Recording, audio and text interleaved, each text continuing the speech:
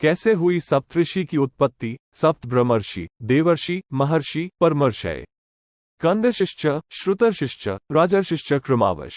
वेदों में वर्णित इस श्लोक में सप्तऋषि के नाम बताए गए हैं जो इस प्रकार है: वशिष्ठ, विश्वामित्र, कश्यप, भारद्वाज, अत्रि, जमदग्नि, गौतम ऋषि। पौराणिक मान्यताओं के अनुसार सप्तऋषि की उत्पत्ति ब्रह्मा जी के मस्तिष्क से हुई है, इसलिए उन्हें ज्ञान, विज्ञान, धर्म, ज्योतिष और योग में सर्वोपरि माना जाता है। ऋषि वशिष्ठ राजा दशरथ के कुलगुरु थे। उनके द्वारा ही राजा दशरथ के चारों पुत्रों राम, लक्ष्मण, भरत और शत्रुघ्न ने शिक्षा प्राप्त की थी। उनके कहने पर ही राजा दशरथ ने श्री राम और श्री लक्ष्मण को ऋषि विश्वामित्र के साथ आश्रम में राक्षसों का वध करने के लिए भेजा था। पौराणिक मान्यताओं के अनुसार कामधेनु गाय के लिए वशिष्ठ और विश्वामित्र में युद्ध भी हुआ था, जिसमें ऋषि वशिष्ठ विजयी हुए थे। विश्वामित्र ऋषि होने के साथ साथ एक राजा भी थे। वे ऋषि विश्वामित्र ही थे जिन्होंने गायत्री मंत्र की रचना की थी। ऋषि विश्वामित्र की तपस्या और मेनका द्वारा उनकी तपस्या को भंग किया जाने का प्रसंग बहुत प्रसिद्ध है।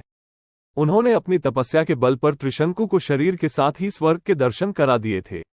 ऋषि कश्यप ब्रह्मा जी के मानस पुत्र मरीचि के विद्वान पुत्र थे। हिंदू मान्यताओं के अनुसार कश्यप ऋषि के वंशज ही सृष्टि के प्रसार में सहायक हुए। कश्यप ऋषि की 17 पत्नियां थीं।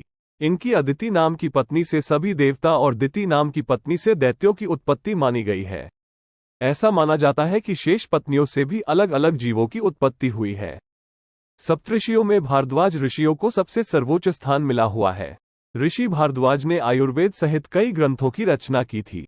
इनके पुत्र द्रोणाचार्य थे। ऋषि अत्रि ब्रह्मा के सतयुग के 10 पुत्रों में से एक माने जाते हैं। अनुसुईया उनकी पत्नी थी। हमारे देश में कृषि विकास के लिए ऋषि अत्रि का योगदान सबसे अहम माना जाता है।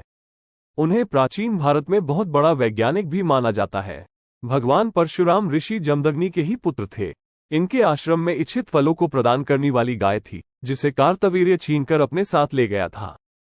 परशुराम जी को जब इस बात का पता चला तो वो कार्तवीर्य को मारकर कामधेनु गाय वापस आश्रम में ले आए।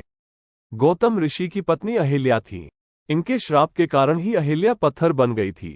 भगवान श्रीराम की कृपा से अहिल्या ने पुनः अपना रूप प्राप्त किया था।